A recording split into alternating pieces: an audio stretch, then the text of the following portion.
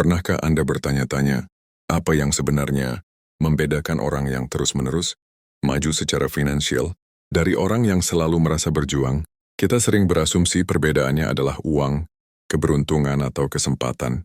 Kita melihat orang kaya dan berpikir, mereka punya modal lebih besar, atau mereka kebetulan berada di tempat yang tepat pada waktu yang tepat. Namun, jika Anda melihat lebih dekat pada kisah-kisah sukses sejati, bukan pewaris, tetapi orang yang membangun kekayaan mereka dari nol, Anda akan menemukan sebuah pola yang mengejutkan. Perbedaan terbesar bukanlah pada saldo bank mereka, tetapi pada perangkat lunak yang berjalan di dalam kepala mereka, pola pikir.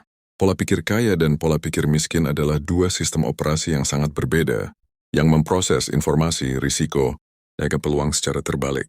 Pola pikir miskin melihat masalah dan keterbatasan di mana-mana, dan secara naluriah menarik diri kembali ke zona aman. Pola pikir kaya melihat peluang dan solusi, dan secara naluriah bergerak maju ke dalam ketidakpastian.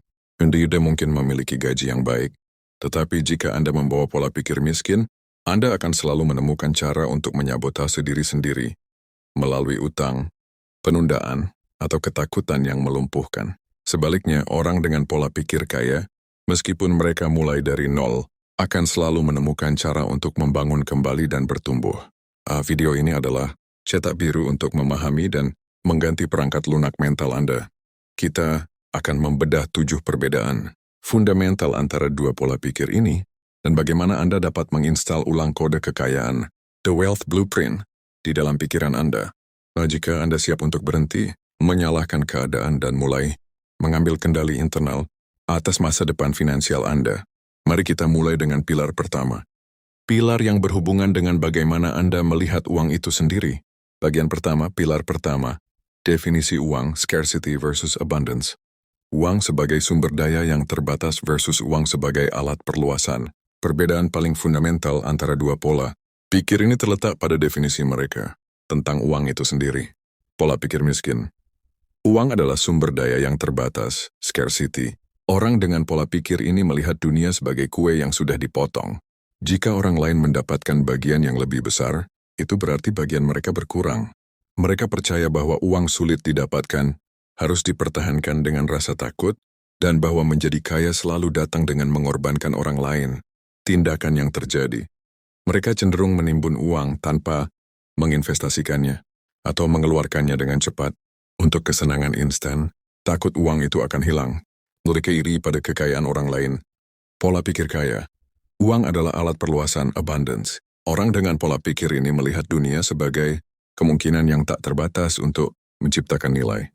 Mereka percaya bahwa uang adalah alat yang harus digunakan untuk memecahkan masalah, berinvestasi pada pertumbuhan, dan menciptakan lebih banyak nilai.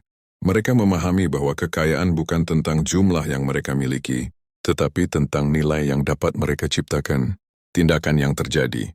Mereka berinvestasi pada skill mereka, mencari cara untuk berkolaborasi daripada bersaing, dan merayakan kesuksesan orang lain, karena mereka tahu ada banyak peluang untuk semua orang.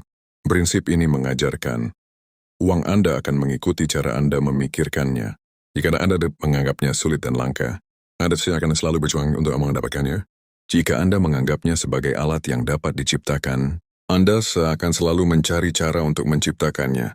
Bagian kedua, pilar kedua, sikap terhadap pembelajaran dan skill, fixed versus growth. Percaya pada bakat bawaan versus percaya pada peningkatan yang konstan. Perbedaan kedua yang krusial adalah sikap mereka terhadap pembelajaran dan pengembangan skill. Pola pikir miskin, bakat adalah bawaan dan tetap fixed mindset. Mereka percaya bahwa orang sukses memiliki bakat alami yang tidak mereka miliki. Ketika mereka menghadapi kesulitan, mereka menyalahkan kurangnya kemampuan bawaan dan menyerah. Mereka enggan menginvestasikan waktu atau uang untuk skill yang sulit karena mereka takut gagal dan membuktikan bahwa mereka tidak cukup baik.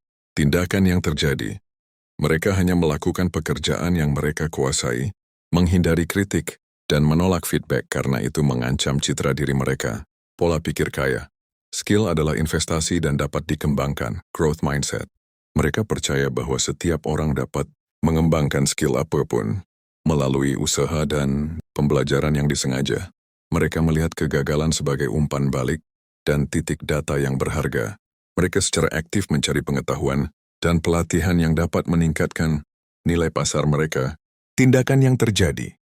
Mereka membaca buku-buku yang sulit, mengambil kursus online yang relevan, dan mencari kritik yang jujur. Mereka memahami bahwa investasi pada diri sendiri selalu memberikan pengembalian tertinggi. Prinsip ini mengajarkan kekayaan sejati tidak berasal dari apa yang Anda miliki, tetapi dari skill yang Anda kembangkan. Pola pikir kaya memahami bahwa pembelajaran adalah bentuk investasi yang paling aman dan paling menguntungkan. Bagian ketiga, pilar ketiga, sikap terhadap utang dan aset, consuming versus producing. Utang sebagai alat kesenangan versus utang sebagai alat leverage. Perbedaan ketiga adalah bagaimana dua pola pikir ini memandang utang dan aset. Pola pikir miskin. Utang adalah alat kesenangan, consuming. Mereka melihat utang sebagai alat untuk mengonsumsi dan memenuhi keinginan instan. Membeli mobil baru, pakaian, atau gadget yang mereka tidak mampu beli dengan uang tunai. Mereka mengumpulkan utang buruk, bad debt, yang hanya menguras kekayaan mereka melalui bunga yang tinggi dan depresiasi nilai. Tindakan yang terjadi, mereka fokus pada gaya hidup, ilusi kekayaan, daripada pembangunan kekayaan. Pola pikir kaya. Utang adalah alat leverage producing. Mereka melihat utang sebagai alat yang dapat mereka gunakan untuk mempercepat penciptaan kekayaan. Mereka mengambil utang baik, good debt, untuk membeli aset yang menghasilkan uang atau menghargai nilainya, seperti properti sewa, bisnis, atau investasi yang cerdas. Tindakan yang terjadi. Mereka hidup di bawah kemampuan mereka, memprioritaskan pembelian aset, dan menggunakan uang tunai untuk membeli barang-barang yang menghargai nilainya. Mereka berfokus pada arus kas dan ekuitas, bukan pada penampilan.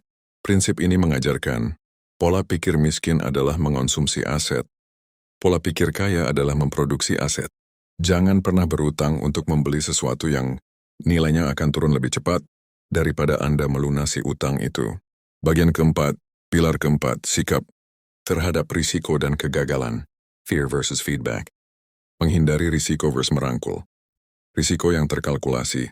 Perbedaan keempat terletak pada hubungan mereka dengan risiko dan kegagalan. Pola pikir miskin. Risiko adalah musuh, fear.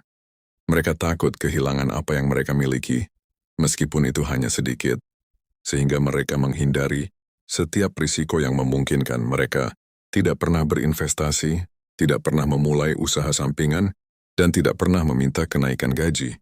Mereka melihat kegagalan sebagai akhir dari permainan dan bukti bahwa mereka tidak layak.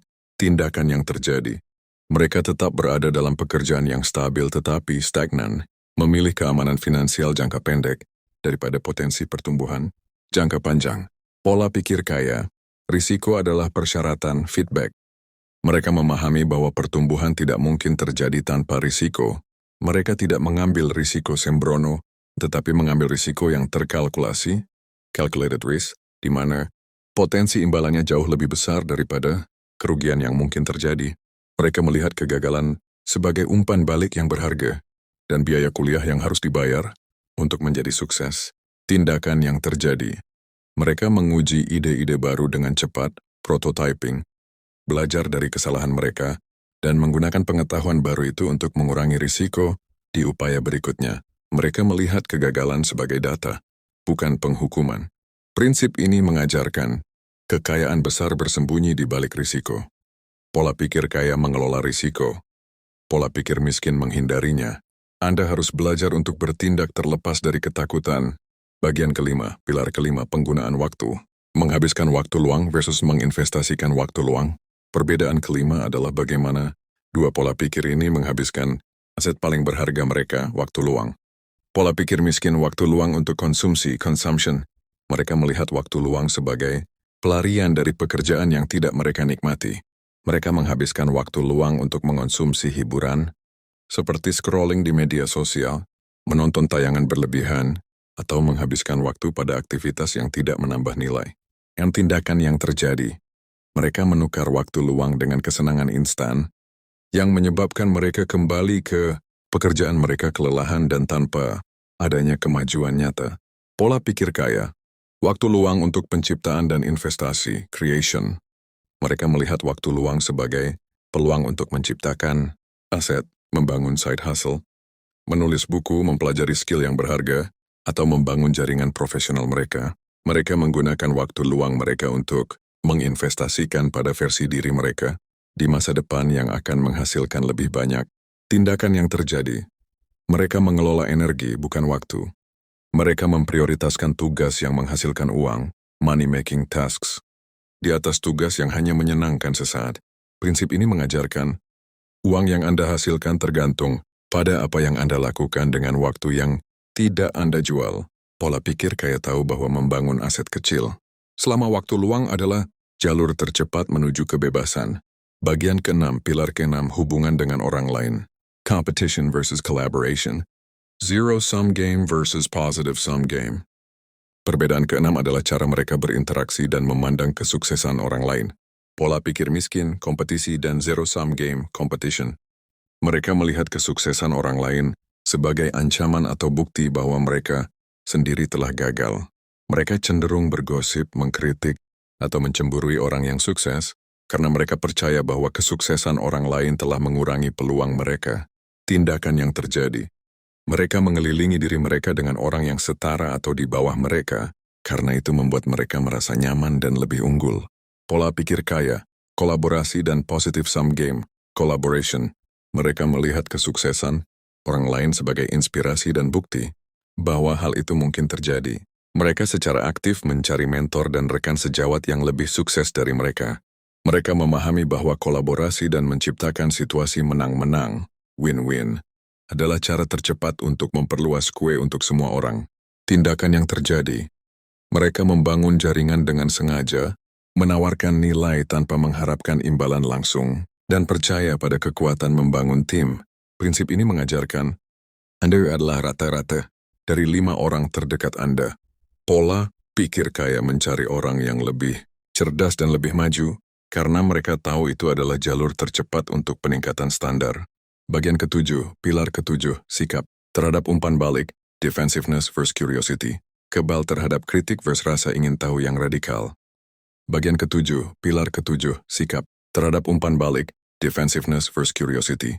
Kebal terhadap kritik versus rasa ingin tahu yang radikal. Perbedaan ke-7, yang memengaruhi kemampuan mereka untuk berubah, adalah hubungan mereka dengan umpan balik dan kritik. Pola pikir miskin, defensif terhadap kritik, defensiveness. Mereka melihat kritik, terutama kritik yang jujur sebagai serangan pribadi, terhadap nilai diri mereka. Mereka menjadi defensif, menutup diri, dan menyalahkan orang lain atau keadaan, alih-alih mengambil pelajaran dari kritik. Tindakan yang terjadi, mereka tidak pernah memperbaiki kelemahan yang menghambat kemajuan finansial mereka karena mereka menolak untuk mengakui bahwa mereka memiliki kekurangan. Pola pikir kaya, rasa ingin tahu yang radical curiosity. Mereka melihat kritik yang jujur sebagai emas. Mereka secara aktif mencari titik buta, blind spots. Mereka dan meminta orang lain untuk menunjukkan di mana mereka bisa menjadi lebih baik. Mereka memisahkan emosi dari informasi dan menggunakan informasi itu untuk mengubah strategi mereka. Tindakan yang terjadi, mereka selalu bertanya, apa yang bisa saya pelajari dari kegagalan ini?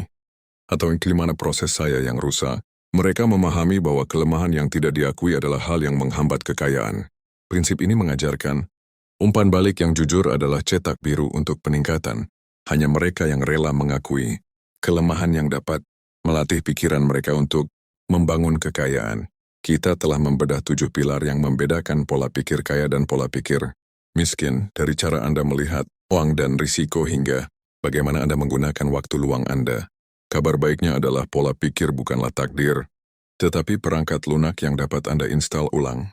Anda mungkin tidak dapat mengubah saldo bank Anda dalam 1 hari, tetapi Anda dapat mengubah cara Anda berpikir tentang uang dalam 5 menit. Ingatlah 3 komitmen utama ini. Langkah pertama, ubah definisi uang. Lihatlah uang sebagai alat untuk menciptakan nilai, bukan sebagai sumber daya yang terbatas. Langkah kedua, prioritaskan pembelajaran. Investasikan 15 menit setiap hari untuk meningkatkan 1 skill yang berharga. Langkah ketiga, cari kritik dan rangkul risiko yang terkalkulasi. Jangan biarkan ketakutan akan kegagalan menjadi alasan Anda untuk stagnan. Mulai hari ini Neos Anda memilih, apakah Anda akan menjalankan program miskin yang didorong oleh ketakutan dan konsumsi, atau program kaya yang didorong oleh pertumbuhan dan penciptaan? Tindakan apa yang akan Anda ambil 5 menit dari sekarang yang menunjukkan bahwa Anda telah menginstal ulang software kekayaan Anda. Terima kasih telah berani mengakui bahwa kekayaan dimulai dari dalam diri Anda.